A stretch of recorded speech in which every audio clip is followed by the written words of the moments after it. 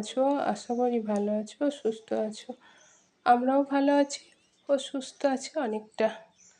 আমি আবারও চলে এসেছি তোমাদের কাছে নতুন একটা ব্লগ নিয়ে। আশা করি ব্লগটা তোমাদের খুব ভালো লাগবে। আর আজকের আমার এই ব্লগটা যে বন্ধু যেখান থেকে দেখছো, আশা করবো সকল বন্ধুই ভালো আছো, সুস্থ আছো। এই সকাল 10টা থেকে আজকে ব্লগটা স্টার্ট করেছি, মানে শরীরটা একটু ভালো লাগছে না। ঠান্ডা কাশিটা তো সেটা নেই, গলাটা বসা আছে, কিন্তু শুধু মনে হচ্ছে শুয়ে থাকি, কাজে কোনো মনে আসছে না। তাই 10টা থেকেই স্টার্ট করলাম। আর যে দেখলে আমার নতুন গাছে 3 সখী ফুটেছে, সেটাও তোমাদের একটু দেখিয়ে দিলাম। খুব সুন্দর লাগলো ফুলগুলোকে। আর আজকে বৃহস্পতিবার, আজ তো আমাদের নিরামিষ, তাই আজকে একটু পনির কেটে নেব ঘরে। মানে ছেলেকে খাওয়াবো বলে আর দোকান থেকে কিনিনি, দুধটা কিনেছিলাম, বাড়িতেই বানিয়ে নিলাম লেবু দিয়ে। আর হাজব্যান্ড তো ছানা খায়, ছানার জল অল্প পরিমাণ ছিল, সেটা দিয়ে আর হলো না, তাই লাস্টে একটু লেবু দিতে হলো। লেবুটা দিয়ে আমি পনিরটা কেটে নেব। দেখেছো কথা বলতে কেমন অসুবিধা হচ্ছে, মনে হচ্ছে হাঁপ লেগে যাচ্ছে। তাই আজ না সকাল সকাল ব্লগ শুরু করতেই পারিনি, এই 10টা থেকে শুরু করেছি। আর পনিরটা কেটে নিয়ে আমি রান্নাটা করব। যেন আমাদের বউদের বা গৃহবধূদের বিয়ের পরে দায়িত্ব এতটাই বেড়ে যায় বা কর্তব্যবোধ এতটাই চলে আসে যে শরীরে পারুক বা না পারুক, মানে বাড়ি শ্বশুর শাশুড়ি মা, স্বামী সন্তান যেই থাকুক না কেন ফ্যামিলিতে, কর্তব্যবোধটা আগে জেগে উঠবে। নিজে খাই না খাই, শুয়ে থাকি, যাই করি না কেন, সবার সামনে কিন্তু খাবারটা ঠিক টাইমে তুলে ধরবো। আমারও আজকে সেই অবস্থাই হয়েছিল। জানো সকাল থেকে আমি কিচ্ছু খাইনি, চাটাও খাইনি, বাসি কাজগুলো করে একটু আবার শুয়েছিলাম। তারপরে 10টার সময় উঠে দেখলাম তো রান্নাটা করতেই হবে। আজকে হাজব্যান্ড সেই সকালে এসেছে, তোমরা তো দেখেছিলে, আগের দিনও রাতে গেছিলো, তো সকালে এসেছে, ও বাড়িতে আছে, তাই দেরি হলেও কোনো অসুবিধা নেই, তাই দেরি করেই বসিয়েছি। কিন্তু খাবার তো করতে হবে, সেই খাবারটা বানিয়ে ছেলে আর স্বামীকে কিন্তু বেড়ে দিয়েছি। সেটাই আমি বললাম যে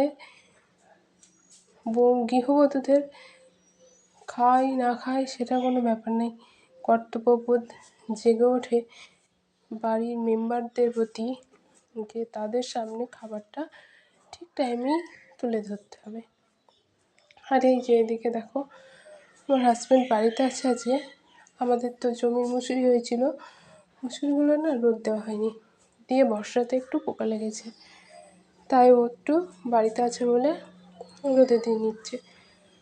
আমি তো এইসব কাজ পারি না, বলতে আমার তো সিজারে না এইসব ভারী কিছু চাগালে তাহলে ওই কাটাতে মানে হচ্ছে খুব ব্যথা করে, তাই আমি ভারী কিছু কাজ সেরকম করতে পারি না। এই দেখো আমার আলু পটল দিয়ে নিরামিষ পনিরের তরকারিটা রেডি হয়ে গেল। আর বেগুন ভেজেছি আর ডাল করব। আজকে আর এর বেশি কিছু পারলাম না। আবার আমি ব্লগটা দুপুরবেলা থেকে স্টার্ট করলাম। ছেলেকে খাইয়ে ঘুম পাড়িয়ে দিয়েছি, এবার দুজনে খাবো। সকাল থেকে তো খাইনি, শুয়েছিলাম, কাজ টাজ করে স্নান টান করে আমি আবার শুয়েছিলাম।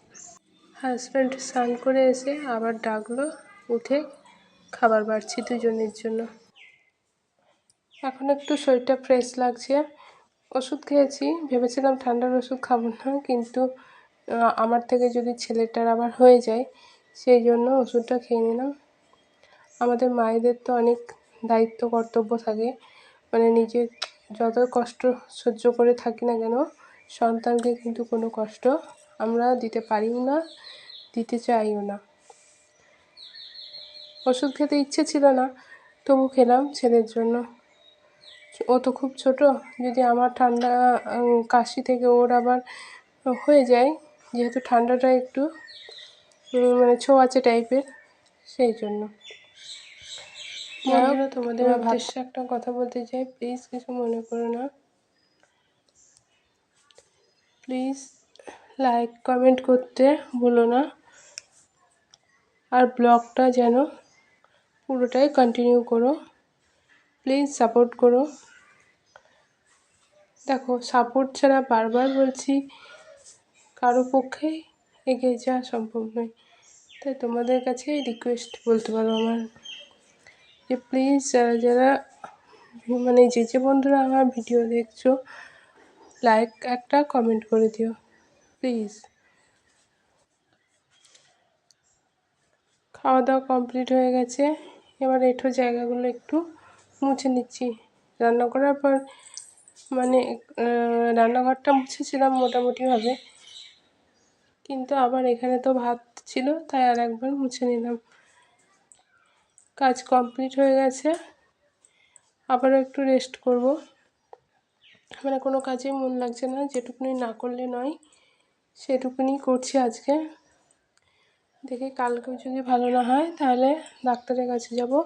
আর এই যে উঠোনে মুসুরি মেলা ছিল না, দিয়ে খুব ধুলো হয়েছে, ঝাঁটা দিয়ে ঝাড় দিলে ধুলোগুলো যাচ্ছে না ভালো, তাই আমি একটু ঝাড়ু দিয়ে উঠোনটাকে ঝাড় দিয়ে নিলাম। আজকের মতো ব্লগটা এখানেই শেষ করলাম। আশা করি তোমাদের ভালো লাগবে।